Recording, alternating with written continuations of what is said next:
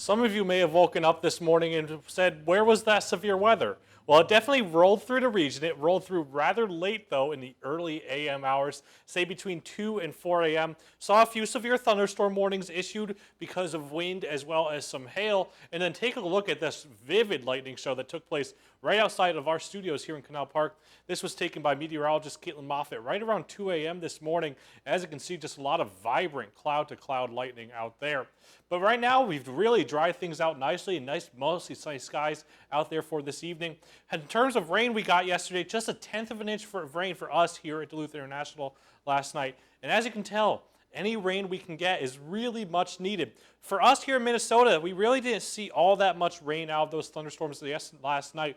But down in Wisconsin as well as the UP, take a look at some of those rain totals approaching 1/2 an inch, maybe even approaching 3/4 of an inch in some places, which is really, really much needed rain. Because this is the latest drought monitor. It came out just earlier this afternoon, actually. And as you can see, for most of us in this yellow highlighted area here, that's abnormally dry conditions. But then you take a look out west where you see that kind of brownish tan. That is a moderate drought in place right there. And that moderate drought is actually beginning to work its way further east. Just last week when we were looking at this, it was a very, very small section of Minnesota that was in moderate drought. But now we have more and more of us in moderate drought.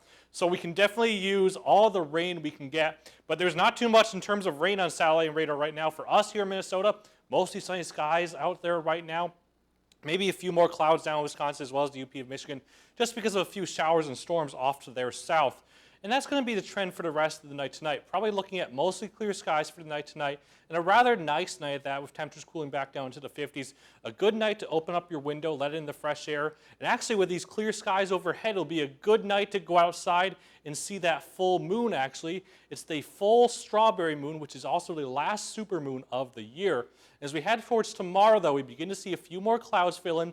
By the noon hour, we also see this easterly wind in place. That means we're talking about a little bit of a lake breeze, especially for us closer to the lake. That means by the lake, we're probably talking about temperatures in the 60s as well as 70s. Further away, probably climbing into the 80s there. But then as we head through the rest of the day on Friday, those clouds remain in place. And then towards Saturday, we begin to see these rain showers begin to fire up.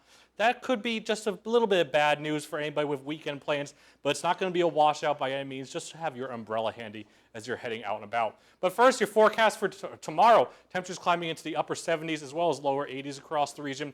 Up here in Minnesota, 70s as well as 60s closer to the lake, 80s away from the lake. And here's how that 7-day forecast shapes up. It's a really not a bad 7-day forecast, just that small chance of rain on Saturday and Sunday, but we clear things out nicely for the beginning of the week. And take a look at those temperatures. Mid and upper 70s prevail for the next 7 days. Well, hopefully the skies will stay clear, at least for the air show. Yes, I think a few clouds overhead, maybe a rain shower or two, but it's not going to hamper any plans. All right, that's good news. Yep. Thanks, Peter.